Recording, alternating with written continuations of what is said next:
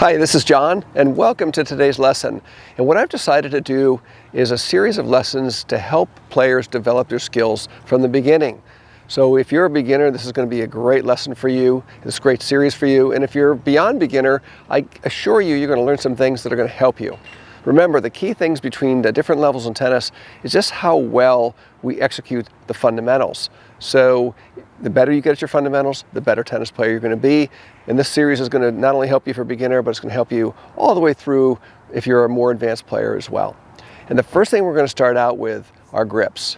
Before we get into that, I just want to also mention that a lot of people associate me with performance-oriented coaching, thus the name Performance Plus Tennis.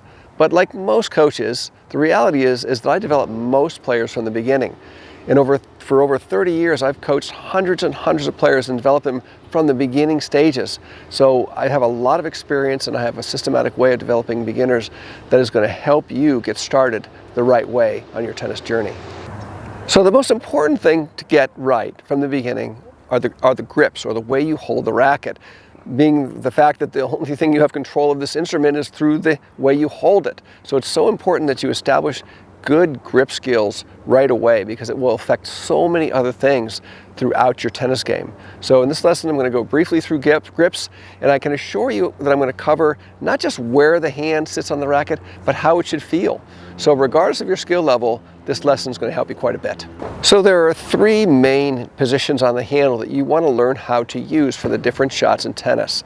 And the first one I want you to learn is what we call the Eastern or basic forehand grip. And it's quite easy to find, actually. Just hold the racket in your non-dominant hand. So for me, being a right-hander, I'm holding the racket in my left hand, and I've got the racket in a vertical position. And what I'm going to do is I'm going to put the palm of my playing hand on the string bed. And then I'm going to slide my hand down and maintain the angle of my hand until it comes to the back of the handle. And now the palm of my hand is directly on the back of the handle of the racket. And that places my hand in a position where the palm of the hand and the racket face match up. So it makes it very easy to make a swing and make contact with the ball with the racket in a vertical position, which is what we want. So I'm coming through, I can feel that palm straight up and down, and now the racket becomes an extension of the hand. And that is ideally where we want to start to build our forehand with that forehand grip. Before we get started on the grips, let's just talk about the handle a little bit. Tennis handles have 8 sides to them. So if we take a look at the handle here, you'll see that there are 8 sides. Starting at the top is 1, and for a right-hander we go 2 on the 45-degree angle, 3 on the back, 4 on the next 45-degree angle, 5 directly on the bottom, 6 on the 45-degree angle, 7 on the front of the handle, and 8 on the 45-degree angle. And those numbers would be reversed for a left-hander. So in the Eastern forehand grip, I have an index finger knuckle and I have a heel pad, and both of those are going to rest on bevel number 3. And so that the palm of the hand is vertical, matching the racket face, makes it very easy to relate the position of the racket face to the hand and find a vertical racket face at contact. The next grip that you want to learn right away is what's called the Continental Grip. And that grip is where you hold the racket more in what we call, also as a nickname, a hammer grip position. So what we're going to do is we're going to take the hand, which was in the forehand grip, or the Eastern forehand grip, where the index finger knuckles on the back, and we're going to slide it over until it is on the first bevel to the right at the top. And the heel pad is going to match that as well. And this is called a Continental Grip, or a hammer grip. And you can see that with this grip, my racket and my arm produce a straight line. This would not be a Continental Grip, and this would not be a Continental Grip. But when I hold it right on top, that is the Continental Grip position. And you're going to use this grip ideally for almost every shot in tennis, except for the forehand and a couple other different shots that you may learn.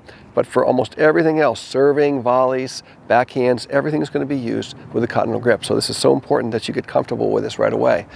And in all my experience, I see that players that get stuck and get trapped and don't develop to their full potential usually don't learn how to use this grip skillfully early on, and it becomes more and more awkward later to learn how to use it. So get used to it right away. If you're looking to dive deeper into your tennis game and really build your fundamental skills, click on the link in the description down below and gain access to my library of lessons, which is my free gift to you for watching today's lesson. And the reason why it's called hammer grip is because you actually hold the racket as if the side of the racket is like the head of a hammer. So if this was a nail and this is the head of a hammer, I'd be holding the racket in this position to be able to hit that nail on the head. And that puts your wrist in a very strong position that'll make it very versatile to play a lot of different shots. The next grip that you might need to learn if you're going to be a one-handed topspin backhand player is what we call the Eastern backhand grip. And in the Eastern backhand grip, you're going to move from the Continental, where your index finger knuckle is on the first bevel to the right of the top, and the heel pad, and you're going to move it one more turn. So now we're going to put the index finger knuckle on the top of the handle, and the heel pad is going to match that. So now you can see that that's not a Continental grip because I've got a broken line there versus the Continental where I'm straight. But my hand is now more on top. So the palm of the hand is more in a horizontal position while the racket is in a vertical position. And that puts me in a pretty good, strong position to make a one-handed topspin backhand, which we'll get into a little bit later on. So some of you that are going to be two-handed backhand players, you're not going to need this grip at all for anything. But if you're going to be a one-handed backhand player, this is a grip you'll probably want to get used to using. And if you're going to be a two-handed backhand player, you're going to want to have that right hand in a Continental grip anyway. So those are your three grips. And now comes the key part. And because where the hand fits on the handle or sits on the handle is common knowledge, but I like to get into how the hand feels on the handle and what you should be feeling to maximize your control and feel of the racket head. So this is very, very important information that's going to help you whether you're a beginner or you're an intermediate, and even for some of you who may be advanced players, this area of the lesson is really going to help you out quite a bit. So now comes the all-important part of how to feel the racket and how to hold the racket to optimize your control. And key thing here is you're going to be using both hands a lot in your tennis game. So if you're a right-handed player, you're really going to involve your non-dominant hand with controlling the racket and many, many things that you do. So when I'm holding the racket, my forehand grip, I'm going to make sure that my hand is at the bottom of the handle, okay? It's going to sit right there with my index finger, or excuse me, my pinky finger right near the end. Not off the end, not directly on the end, but just inside the end. And when I'm holding this racket in my hand here, I'm not trying to make my hand big and disperse it along the handle. I'm actually trying to make my hand feel a little bit small. Okay, and you can see that I've got a little bit of a separation there in the index finger. That's partly because you can see the angle that my arm is coming into the racket is on an angle. And when you're holding the racket, avoid holding it so that you have a 90-degree angle or a stiff angle or a tight angle, but rather let the racket sit softly in your hand and let your arm be comfortable and natural, just like you'd be shaking hands with somebody or opening a door or something like that. And then just let the racket just sit softly in your hand. And in this position, you should feel the weight of the racket head. And this kind of feeds into one of the big issues that a lot of players have, and that is with tension. A lot of players have trouble with tension that restricts their fluidity in their strokes, depletes their power, and also can be a cause of injuries. So it's so important that you get in the habit right away of establishing the appropriate tension to be fluid, be relaxed, yet have control, and avoid the risk of getting an injury. So when I'm holding the racket, I can feel the weight of that racket head in my hand, okay? The racket is soft enough so I can feel it, but firm enough so I can control it.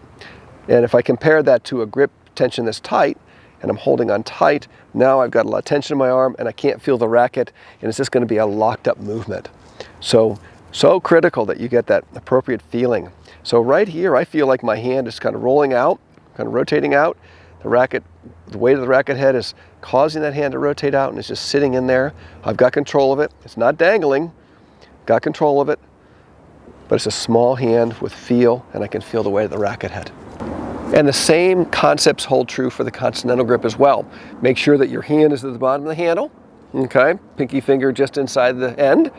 And now I've just got the racket sitting nice and soft. Again, a small hand on the racket, not a big hand. I'm not trying to spread my fingers too much. I do have a comfortable spread with my index finger, which gives me a little feel and control. And that is the ideal Continental grip. And once again, I can feel the weight of the racket head. So if I were serving, for example, I can feel the weight. And that's going to eliminate this thing that happens with all this tension that so many players have when they're playing. Just make sure you're nice and comfortable and relaxed. Now, one of the key elements to really staying relaxed and maintaining the appropriate grip tension is getting your non-dominant hand involved in your game. So in all my experience, I see so many club level players that don't involve the non-dominant hand enough, and they're doing everything with the dominant hand. Ready positions with the dominant hand, they're walking around between points with the dominant hand holding the racket, and there's a lot of tension and there's no feel.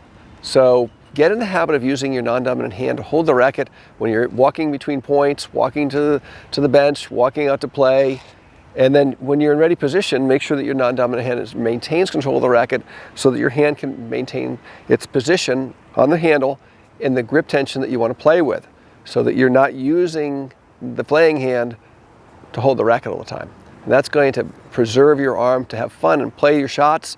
It's going to involve your non-dominant hand, and you're going to find out more later on how this non-dominant hand really gets involved in your game and coordinates a lot of things that are so critical to playing your best tennis. Thanks for watching today's lesson on grips and how the hand should feel on the handle so that you can optimize your racket control, which should help you whether you're a beginner, intermediate, or even for some of you who are advanced players. Thanks for watching the video. Please like, comment, subscribe. And if you'd like to learn more, you can click on the link in the description down below and gain access to my library of lessons, which will present to you all the fundamental principles you need to learn on every shot in tennis to maximize your tennis potential. Thanks again for watching today's video, and we'll see you in the next lesson.